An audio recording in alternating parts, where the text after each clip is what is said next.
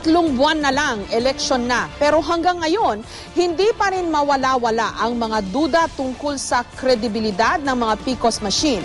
Lalo pat may mga nakita pa ring glitches o mga mali nung nagsagawa ng mock elections nito lamang nagdaang weekend.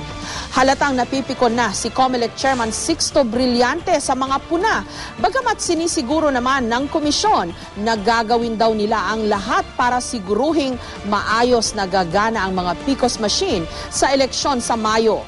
Ito ang pangalawang pagkakataon na sasailalim ang buong bansa sa automated elections.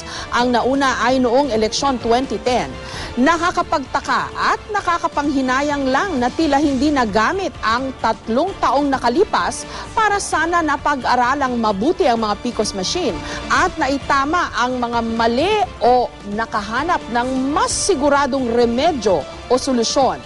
At hindi na umabot pa sa kung kailan malapit na ang eleksyon sakalang magkukumahog ang lahat para tugunan ang mga tanong, mga duda at mga problema.